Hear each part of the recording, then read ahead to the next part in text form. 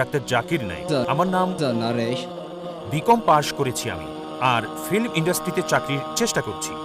আর আমার প্রথম প্রশ্ন হলো মানব বিবর্তন নিয়ে।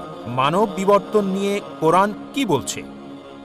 কারণ একজন মানুষ, স্বাভাবিকভাবে চিন্তা করুন, আদম এবং ইভ প্রথম মানুষ, মানে মানব বিবর্তনের কারণ যদি সেই দিক থেকে ভাবেন, এখন আদম আর ইভ তিনি আমাদের আদি আদি আদি আদি পিতা, আর বলতে পারি আমরা পুত্র আর কন্যার ন্যায় তাদের। তাহলে কিভাবে আমরা নিজেরা আপন ভাই বোনদেরকে বিয়ে করছি?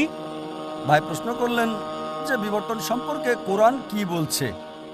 আমরা এসেছি একটি কমন উৎস, আদি আদি আদি পিতামাতা আদম ইব থেকে। তিনি বিবর্তনবাদ সম্পর্কে বলছেন না, এটা সৃষ্টি সম্পর্কে।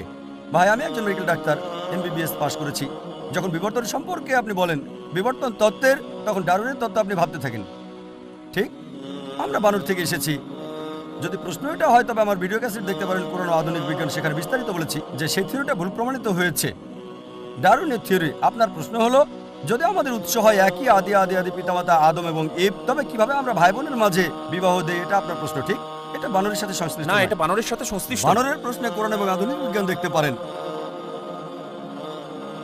আল্লাহ বলেন পবিত্র কোরআনের সূরা হুজরাতের 49 নম্বর সূরা 13 নম্বর আয়াতে, ইয়া আইয়ুহান নাসু ইন্না খালাকনাকুম মিন যাকারিন ওয়া উনসা ওয়া জালনাকুম শুউবান ওয়া কাবাইলা লিতাআরাফু ইন্না আক্রামাকুম ইনদাল্লাহি আতকাকুম ইন্নাল্লাহু আলিমুন খাবীর। হে মানব জাতি, আমি তোমাদের সৃষ্টি করেছি এক জোড়া পুরুষ এবং নারী থেকে।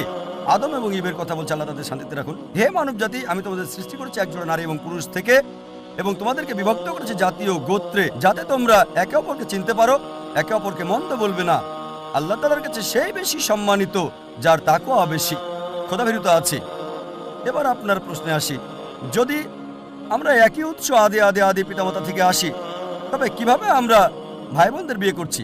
এখন বিজ্ঞান আমাদের বলে যদি আপনি আপনজন ভাই বোন বিয়ে করেন তবে জেনেটিক সমস্যাটা খুব বেশি দেখা দিতে। এ কারণে ইসলাম সহ অন্যান্য প্রধান ধর্মগুলোতেও আপনজন ভাই বোনের মধ্যে বিয়ে করাটা একেবারে নিষিদ্ধ। আপনজনকে বিয়ে করা এটা নিষিদ্ধ। কোরআন বলছে সূরা নিসা 4 নম্বর সূরা 22, 23, 24 নম্বর আয়াতে বলা হয়েছে তোমাদের জন্য বিয়ে নিষিদ্ধ তোমাদের মাকে, তোমাদের ফুফুকে বিয়ে করতে পারবে না, তোমাদের খালা, আপনজনকে বিয়ে করা বৈধ নয়। এভাবে আপনদের নাম বলা হয়েছে, একেবারে রক্তের কেউ। এটা কোরআন নিষিদ্ধ করেছে, অনেক ধর্মই নিষিদ্ধ করেছে। এবার চলুন আত্মীয়দের মাঝে বিয়ে করার বিষয়ে একটু জেনে দেখি। এটা ইসলাম নিষিদ্ধ করে না।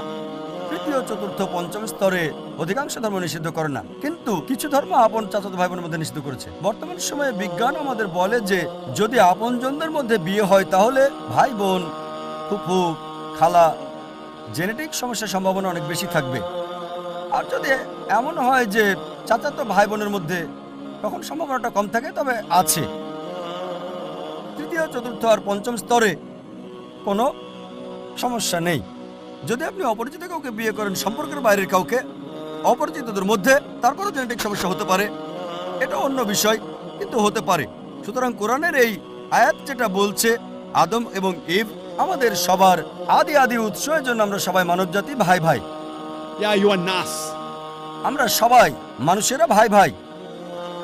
এই মানবতার ভাই ভাই হিসেবে যদি নিয়ম মেনে বিয়ে করা হয় তাহলে কোনো সমস্যা নাই। আমি আপনার সাথে একমত, যদিও সব মানুষই আপনার ভাই বোন হতে পারে, তৃতীয়, চতুর্থ, পঞ্চম, দশম, শত শত, হাজার হাজার, লক্ষ লক্ষ, যাই হোক, আমরা হচ্ছে একটা বড় পরিবার, কিন্তু তাদেরকে বিয়ে করতে কোনো নিষেধ নাই, এমনকি বৈজ্ঞানিকভাবেও কোনো সমস্যা নাই। শুধু আপনজনদের মাঝে বিয়ে করলে আপন ভাই বা আপন ফুপু, আপন খালা, জেনেটিক সমস্যার সম্ভাবনা রয়েছে, কিন্তু অন্যদের ক্ষেত্রে নাই। তাই আমি আপনার সঙ্গে একমত, আমরা সবাই মানবজাতি মানুষ হিসেবে ভাই ভাই, তবে তাদের বিয়ে করতে সমস্যা নাই, ইসলামে নিষেধ নাই, এমনকি বিজ্ঞানও সমর্থন করে। আশা করি আপনার উত্তরটা পেয়েছেন।